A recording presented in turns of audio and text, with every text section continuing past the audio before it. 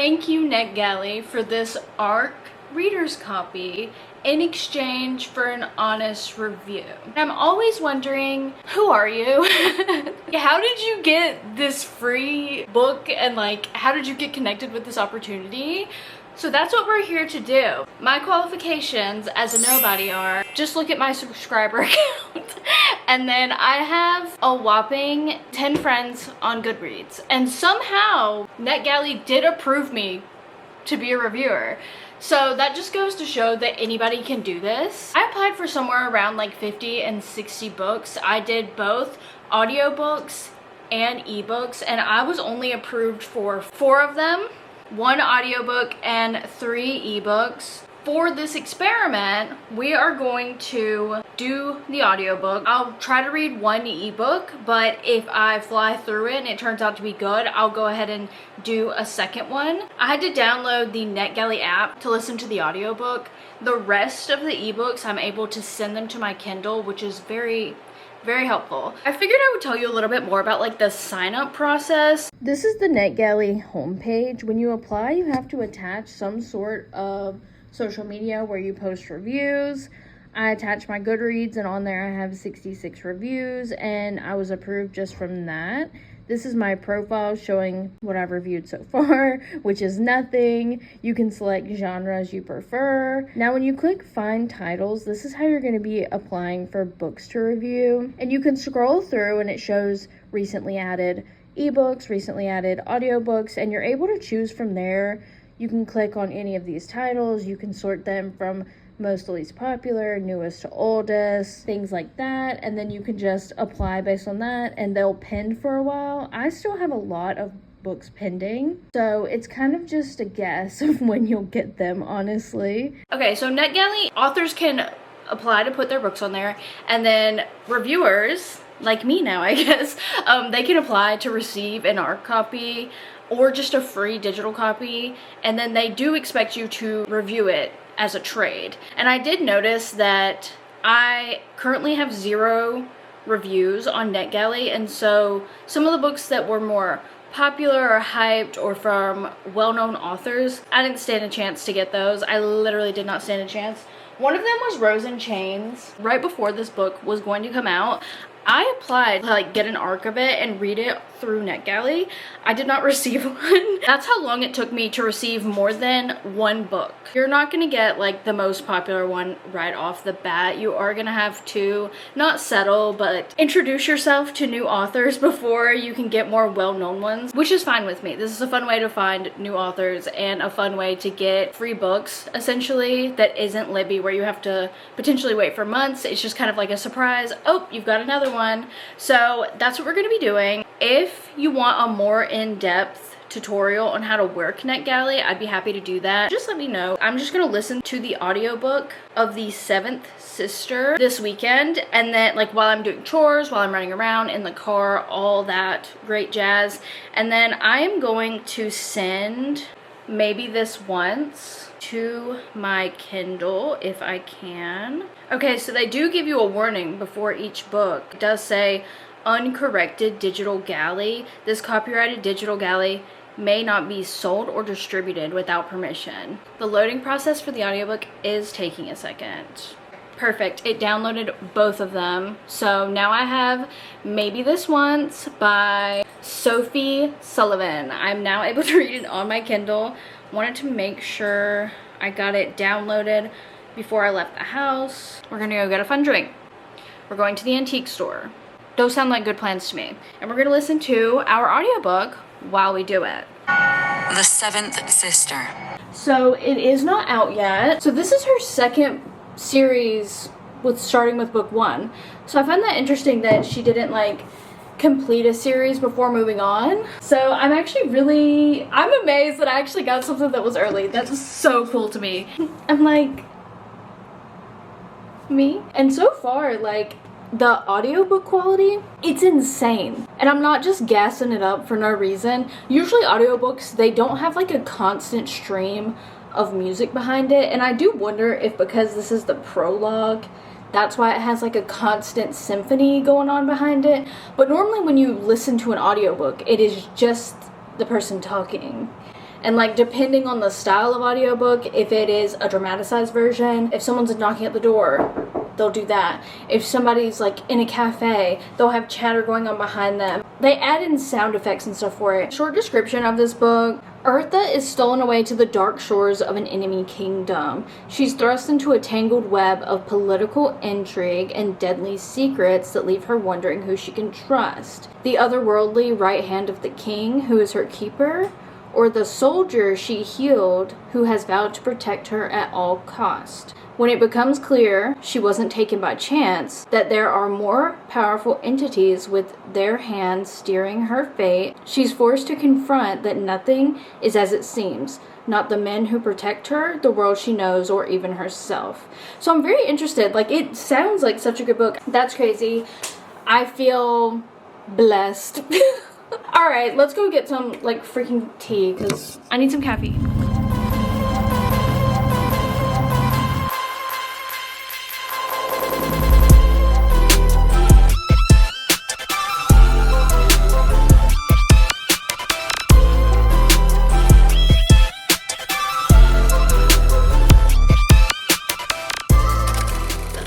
Talk about the seventh sister for a second. The way that I literally had to do research to see if it was against the rules to DNF books on there, I was like really nervous that I was gonna get in trouble.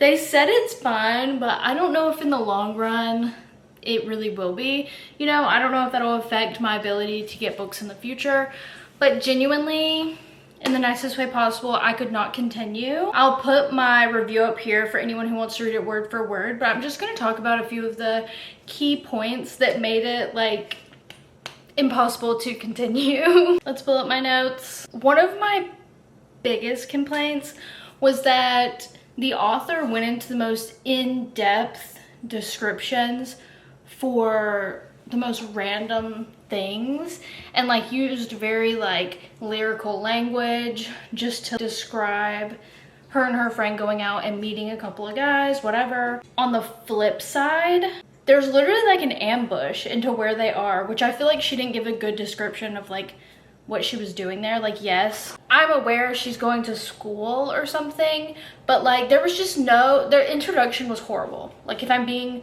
completely honest, the introduction was horrible. I barely know her as a character. I didn't know she was a healer until she was like, I'm gonna heal people. I know nothing of the world. I don't know, like, are there any other beings? Like, you don't know anything, literally nothing.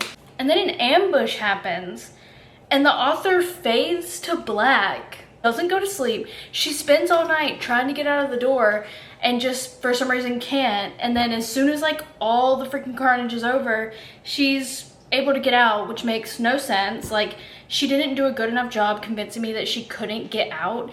She didn't describe anything that she heard. Like, no way those people weren't running throughout the building trying to find people, especially if she's finding all these bodies scattered around when she gets out. It is my opinion, but I also think it is a fact. If you are going to write fantasy and you cannot write magic systems, you can't describe a fight or a battle, I don't think fantasy is the genre for you. It doesn't necessarily mean you're not a good writer, but if you have to fade to black an ambush, you have to fade to black an ambush, and she conveniently gets out and free after this ambush went on all night. Like, they invaded at night and then it went on until dawn, like until the sun rose. That logically makes no sense. There's no reason why she couldn't have forced her way out faster than that.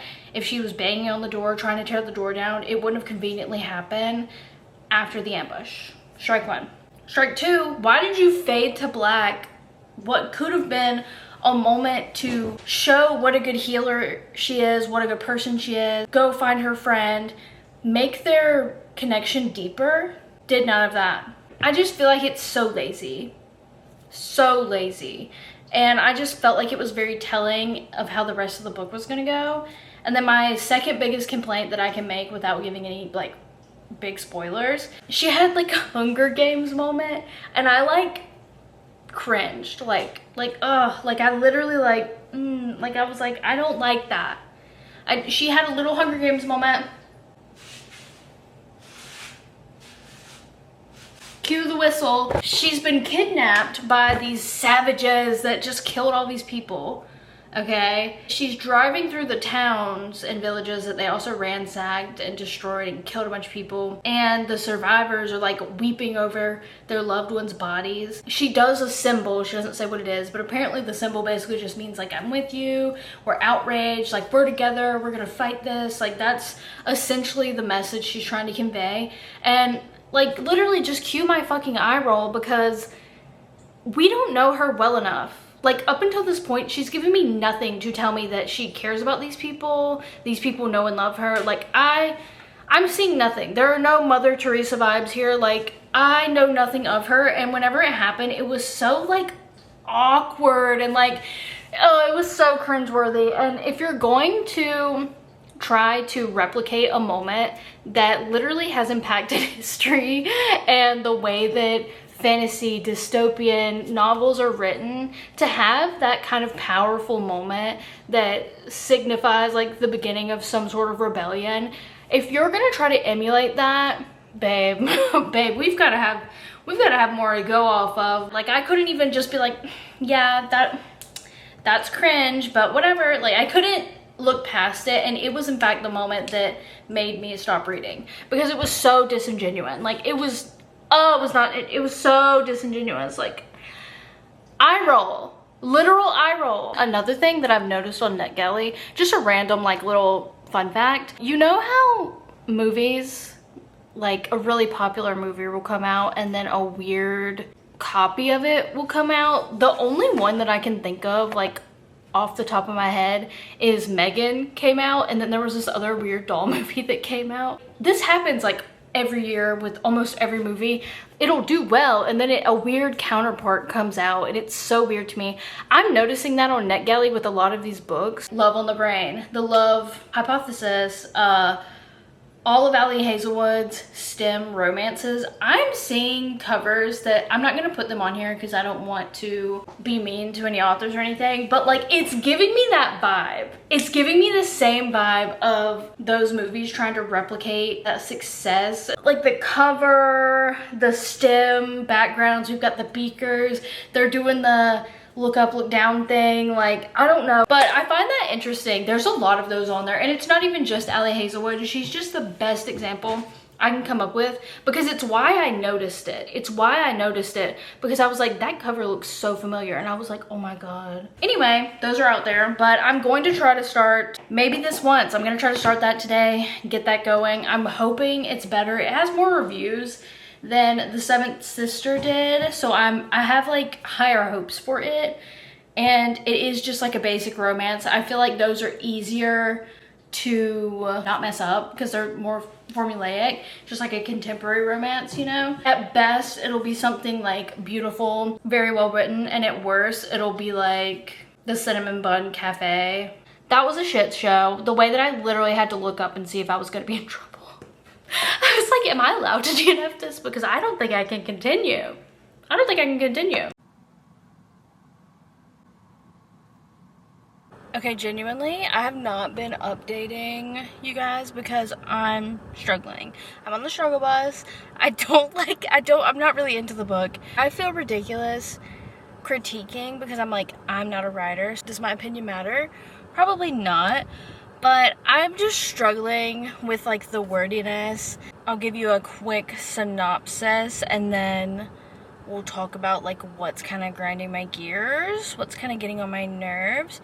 So this is a part of the Rock Bottom Love series. It's the third book in the series, but it's like interconnected. Like it doesn't actually matter. Like you don't need the other two books to like get a good reading experience. Will it enhance it? Yes. Basically, Charlie ends up going to this town, and she has to get a new job because she has been fired from her dream job because of a video her stepsisters sent around, and we don't know what it is. That's gonna be the mystery of the book, I'm guessing. Then we have the male main character. He's recently gone through a divorce, and he owns the lodge she's going to be staying at. So that's how they meet. That's their story. Currently, what's grinding my gears about this, there's some pandering. I know you guys don't live under a rock. The Costco hot dog craze, I do feel like she's pandering to that demographic that like, oh my god, I'm so silly, I love hot dogs. Like, I feel like she's really pandering to that.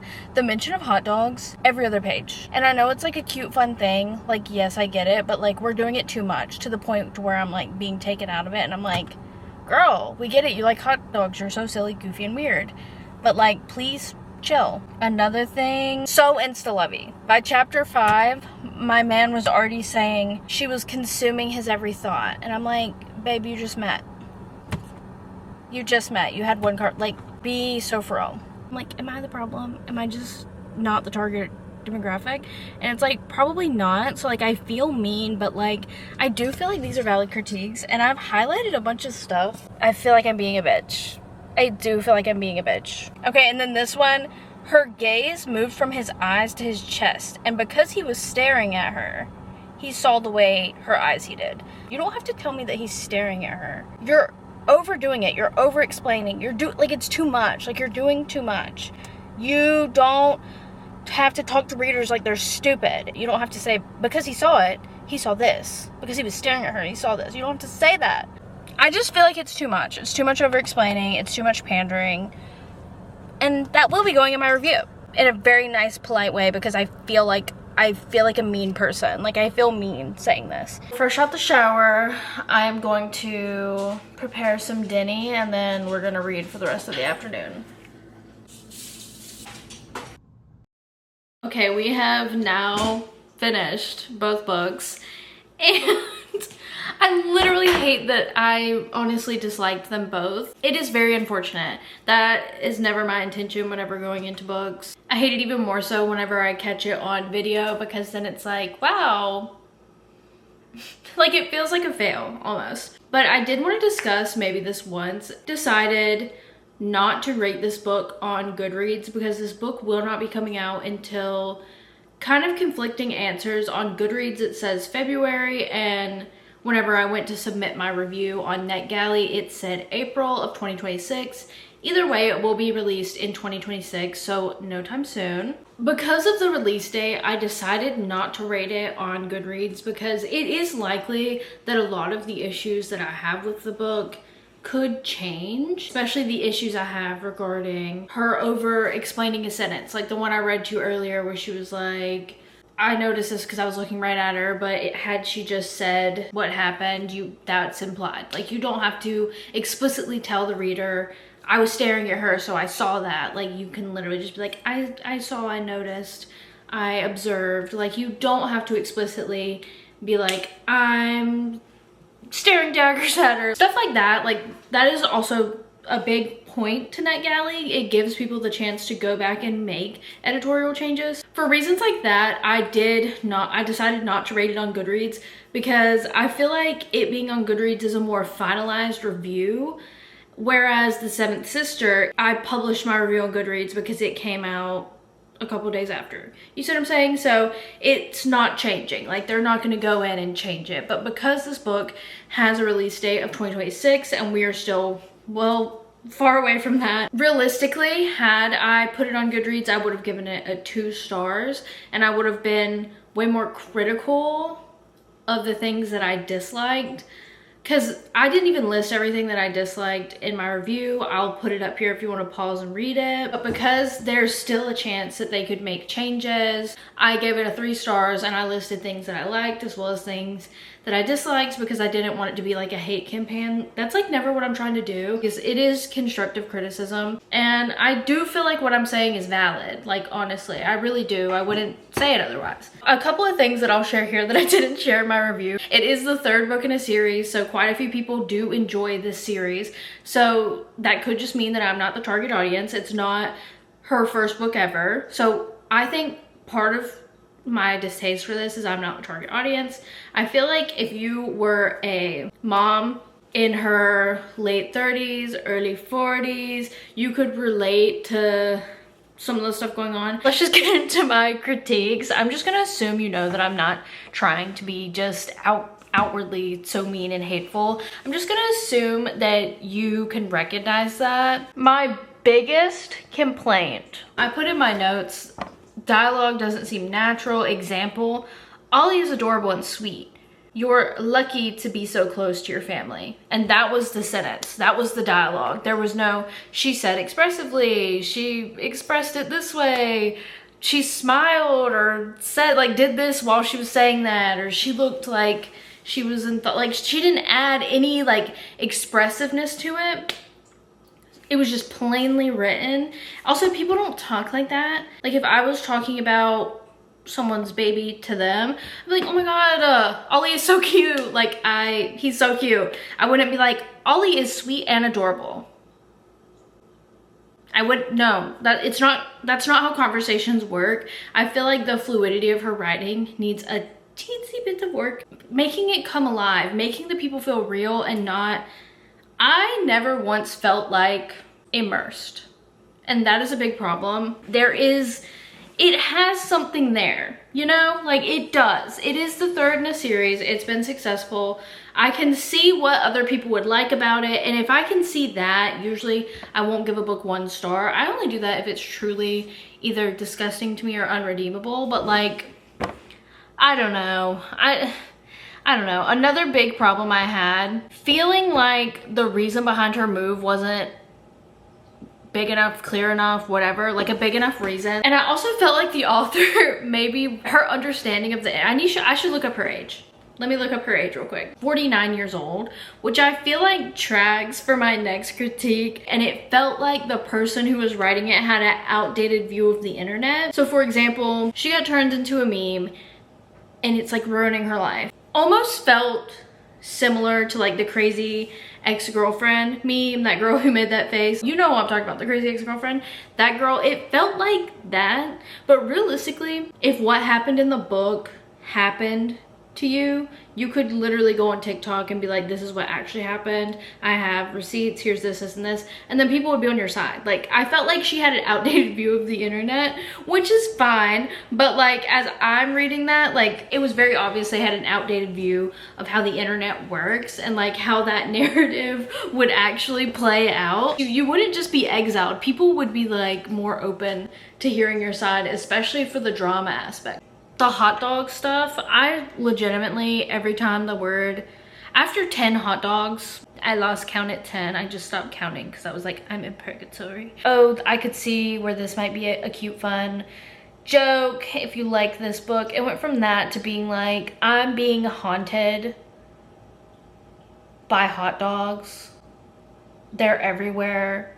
We can never move on from this conversation. It felt like the person who just won't let something go, and hot dogs were everywhere. I was just like, can we please talk about something else? This cannot be the foundation for our relationship, please. And that's another thing, I really didn't feel their connection. And I also feel like that could be because of the writing, the dialogue. By not adding any expression into it, it's hard for me to feel like they connect because I'm just reading words on paper. I'm not connecting with it. I'm not feeling anything. I'm just literally reading words on paper and going on about my life. I'm like, okay, they're together. Overall, it was so exciting to me to get to read books that were not out. I think moving forward, what I'm going to do is, before applying for books, I'm going to definitely check out the authors, see if I've happened to have read something by them and just not realized it, and or look at the reviews for their other books and make sure that I'm staying away from tropes that I don't necessarily like. Like, I don't necessarily like insta-love, so I feel like that's also why I was like, I'm gonna give it a 3, because I know some people like that, and I don't like when people purposely read books that they know that they're not going to like just to shit on them, unless it's like a dissection of it or something. Okay, here was my biggest flaw. Because I've been applying for so long, I didn't realize that they could pin for like ever. So like books that I applied for when I first made my account, which is almost 2 months ago, they're still pending. And then other publishing houses, they'll just freaking cut you off as soon as you apply. And I keep getting emails thinking I'm being accepted, and they're actually just turning me down. It's like when you apply to a job and they're like, thanks for applying, but actually never talk to us again. And I'm like, okay. Honestly, my reviews have not been very favorable, and I do think that people are bullshitting a lot of their reviews on NetGalley. I really do. I think they're bullshitting. It's not clocking to you that I'm standing on business. I'll catch you later. We'll talk. Bye.